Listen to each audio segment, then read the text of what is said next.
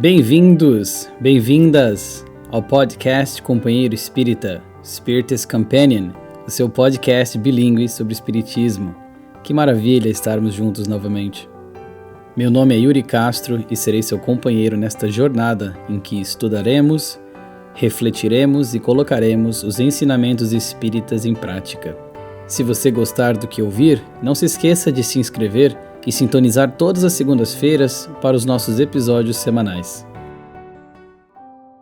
No episódio de hoje, vamos refletir sobre um conceito que frequentemente perturba o coração humano: a justiça divina. Por que alguns sofrem mais que outros? Por que os bons passam por dificuldades, enquanto muitas vezes parece que os desonestos prosperam? Onde está a justiça de Deus em tudo isso?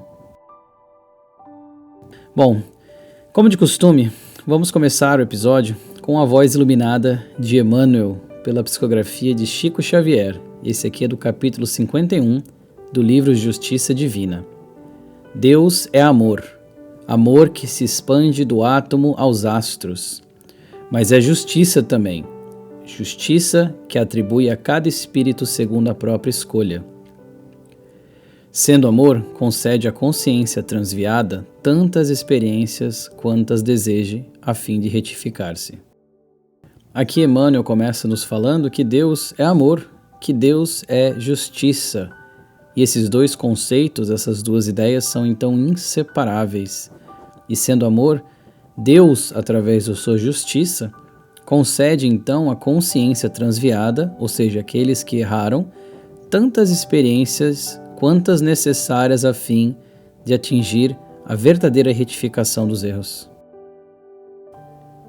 Então nós vamos agora para Allan Kardec, especificamente uma das suas melhores obras, o livro O Céu e o Inferno, um livro publicado em 1865, que neste ano que gravamos esse episódio, 2025, completa então 160 anos.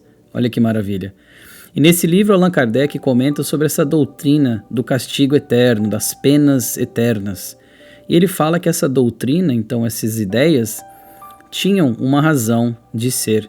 Da mesma forma que a ideia física do inferno, por exemplo, ela teve o seu propósito, porque o medo ele atuava como uma restrição para as almas que eram pouco avançadas intelectual e moralmente. Estas almas, Kardec vai nos falar que elas não se impressionariam muito com a ameaça do castigo espiritual. Também não ficariam muito impressionadas ou movidas com um mero castigo temporário.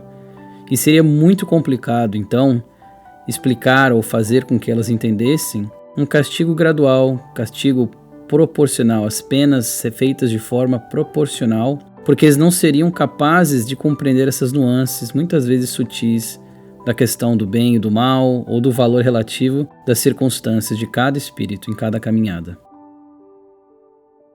Logo, nós aprendemos que a questão do olho por olho, dente por dente, teve o seu propósito para fazer justamente com que as pessoas saíssem dessa selvageria moral, por assim dizer, que antes era externalizada através de ações.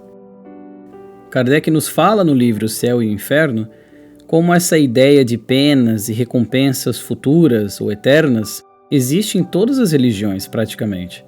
Mas a questão é, será que essas penas são justas? Kardec começa então questionando essa noção tradicional, muito perpetuada, da pena eterna, do castigo eterno, que durante muitos séculos nós aprendemos através de outras religiões, através de várias reencarnações, como que um erro cometido numa vida curta poderia sim levar uma alma ao sofrimento eterno.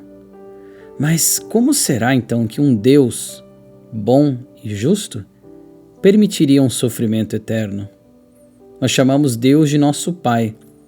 Mas que pai então castigaria eternamente o seu filho que cometeu um erro? Para o Espiritismo, a justiça e a misericórdia divina caminham lado a lado. Cada alma então recebe o que necessita, não o que exige. Muitas vezes queremos certas coisas, achamos que sabemos do que precisamos, quando na verdade, meus amigos, minhas amigas, não sabemos. Kardec vai nos mostrar que Deus não pune eternamente. O que ele faz é oferecer oportunidades para que a alma que caiu aprenda com sua queda, se reerga e continue no seu progresso espiritual, que, como eu sempre gosto de falar aqui, é individual e intransferível. Nós aprendemos então que Deus é único, eterno, imutável, imaterial, onipotente, supremamente justo e bom, infinito em todas as perfeições. Até uma forma um pouco reducionista de colocar algumas características dessa para algo que nós não compreendemos totalmente. Mas se nós levarmos somente essas palavras que já entendemos, que já compreendemos de certa forma, nós rapidamente veríamos como que um Deus, como algo, um ser supremamente justo e bom, infinito em todas as perfeições, não poderia ser nem um pouquinho vingativo, não poderia ser nem um pouco injusto. A lógica kardeciana aplicada, então, é de que se não existe uma justiça divina de fato, se as pessoas não têm oportunidade do arrependimento e da reparação, isso não seria algo condizente com um Deus supremamente justo e bom, infinito em todas as suas perfeições. É difícil conceber um Deus soberanamente justo e bom que pune uma criatura por alguns momentos ou algum momento de erro que é muitas vezes fruto da fraqueza e não necessariamente da maldade. Portanto, a característica essencial deste castigo imperdoável, dessa pena eterna, é uma ineficácia do arrependimento. Mas Jesus, nosso mestre queridíssimo, nunca disse que o arrependimento não garantiria a graça do Pai, porque se Deus tem a punição através das suas leis, através da lei de causa e efeito, através da justiça divina, se existe essa punição, existe sempre o perdão que Deus está apto e pronto para dar a qualquer indivíduo que sinceramente se arrependa. Como que o nosso mestre nos ensinou na prece Pai Nosso? Ele não falou do perdão? Será mesmo que Jesus nos ensinaria a pedir pelo perdão e a encorajar-nos a perdoar os outros se esse perdão não tivesse resultado nenhum? Se acreditássemos então que uma ofensa temporária contra a divindade pudesse ser infinita, se Deus buscasse a vingança por meio de uma punição infinita, Deus então seria infinitamente vingativo. E se Deus fosse infinitamente vingativo, Deus não poderia ser infinitamente bom e misericordioso. O Mestre dos Mestres também nos ensinou muito através de parábolas, e talvez uma das que mais representem a questão da justiça divina é a parábola do filho pródigo. Aquele que saiu, que errou e que retornou à casa, e quando ele retornou à casa, foi recebido, aliás, foi celebrado por um pai bom e que o perdoou, abraçou e rejubilou-se em tê-lo de volta com ele na sua casa. Ora, se isso não é a demonstração do que o nosso Pai é para conosco, o que seria então? Aquele pai que estava pronto, que estava apto, dentro do seu coração a receber aquele filho, que havia desonrado o próprio nome da família, gastado todos os recursos. Assim é o nosso Pai celestial conosco, pronto, sempre de braços abertos, para nos receber, para nos perdoar e nos dar constantemente oportunidades para que aprendamos, melhoremos e reparemos os erros através da sua misericórdia que é infinita. E talvez uma das coisas importantes que o Espiritismo nos ensina e nos traz é essa ideia de que nós podemos reparar os nossos erros em outras vidas também. Um dos pilares do Espiritismo que falam sobre a justiça divina, ou uma exemplificação da justiça do nosso Pai, é a lei de reencarnação.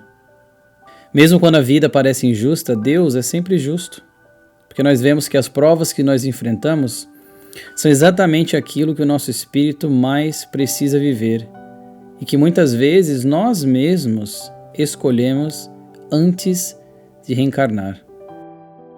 Olhando em volta de nós, é muito fácil nós cairmos em desalento. Olhamos e nos perguntamos por que alguns nascem em berço de ouro e outros enfrentam tanta miséria? Por que alguns enfrentam doenças desde cedo às vezes, enquanto outros gozam de plena saúde? Por que alguns vivem em ambientes de guerra? Já tivemos essas perguntas ou perguntas dessas variações antes, não? Meus amigos, minhas amigas, o Espiritismo nos responde que essas diferenças que nós observamos aqui com os olhos da matéria não são castigos, não são parte de uma injustiça divina, mas sim experiências necessárias para que o nosso espírito progrida. Cada encarnação, de certa forma, é uma lição, é um capítulo na longa jornada de iluminação da nossa própria alma. No livro O Céu e o Inferno, do Allan Kardec, ele nos apresenta algo que se chama o Código Penal da Vida Futura, que seria mais ou menos um conjunto de leis espirituais que governam o destino das almas. E ao longo desse código ele vai falando de como a alma deve expiar suas faltas por meio das provações, sofrimentos, mas não como uma punição, de certa forma como um remédio, como reabilitação moral. Olha que interessante essa questão então do remédio, que muitas vezes é amargo, muitas vezes não é bom, mas nós sabemos que temos que tomá-lo. Logo, meus queridos amigos e minhas queridas amigas, o sofrimento ele não é uma injustiça. Ele é, na verdade, uma forma de justiça misericordiosa, que é ajustada à necessidade de cada espírito. Porque se fosse algo extremamente geral, não seria justo para que todos passassem pelas penas que têm que passar. Aí nós paramos então para fazer uma reflexão, olhar para nós mesmos, para a nossa própria vida e perguntar: onde está a justiça na minha vida? Vocês, por acaso, em algum momento já pararam para se perguntar isso, para perguntar por que a vida foi, entre aspas, injusta? Por que você se esforçou às vezes para fazer o bem e ainda assim enfrentou rejeição, enfrentou doenças, perdas, dificuldades financeiras, etc. Esses sentimentos eles são extremamente humanos. Esse questionamento ele é importante e faz parte sim do nosso desenvolvimento como espíritos. E o Espiritismo não nos pede para ignorar esses sentimentos, mas para analisá-los e elevá-los. Porque através do Espiritismo nós aprendemos que nada acontece fora da ordem divina. Voltando àquela ideia de que Deus é supremamente justo e bom, infinito em todas as suas perfeições. As dificuldades aparentes que nós muitas vezes enfrentamos nada mais são do que componentes de um plano amoroso, cuidadosamente desenhado para despertar o nosso espírito, para nos fortalecer e convidar a uma fé mais profunda, meus queridos amigos. É esse convite a uma vida mais consciente. Nós não estamos sendo punidos por um Deus punitivo, selvagem, injusto. Estamos sendo chamados então a crescer. Como que nós então podemos viver melhor com essa ideia da justiça divina? O que nós podemos fazer de forma aplicada? Como eu sempre gosto de trazer aqui para a nossa conversa. Bom, meus companheiros, aqui vão 3 caminhos, 3 ideias inspiradas na doutrina espírita que eu trouxe para que nós fiquemos mais alinhados com a justiça de Deus. Número 1 é o caminho de aceitar o presente com fé. Poderosíssimo. Resistir gera muitas vezes mais dor, enquanto que quando nós aceitamos, nós abrimos a porta ao entendimento. Quando nós colocamos em prática, de fato, a resignação, que não é uma aceitação passiva, diga-se de passagem, quando nós colocamos isso em prática, nós abrimos a porta do entendimento e conseguimos então utilizar daquelas dores, daquelas dificuldades criadas que muitas vezes nos parecem injustas. Número 2 seria observar então as nossas próprias ações, porque nós somos muito conscientes da lei de causa e efeito, daquilo que nós plantaremos e depois colheremos invariavelmente. Então que nós possamos observar as nossas ações, plantar hoje a bondade, o perdão, a benevolência, a caridade, a tolerância, etc. Para que nós possamos colher o quê? a paz de espírito amanhã. E número 3, eu trouxe aqui a ideia do perdoar e servir, porque assim como nós recebemos oportunidades do nosso Pai Celestial para a reparação dos nossos erros, que nós possamos também oferecer essas oportunidades aos outros. Deus nos oferece nova oportunidade a cada reencarnação, ou trazendo mais para próximo de nós, a cada dia que acordamos ainda respirando, encontramos uma nova oportunidade. Então, meus queridos amigos, minhas queridas amigas, o que é a justiça divina, senão o amor em sua forma mais elevada? É um amor tão grande que nos permite errar e ainda assim recomeçar. Ele é esse amor que espera com paciência o despertar da nossa própria consciência divina. E não nos esqueçamos que depois da tempestade do sofrimento vem sempre a luz da compreensão.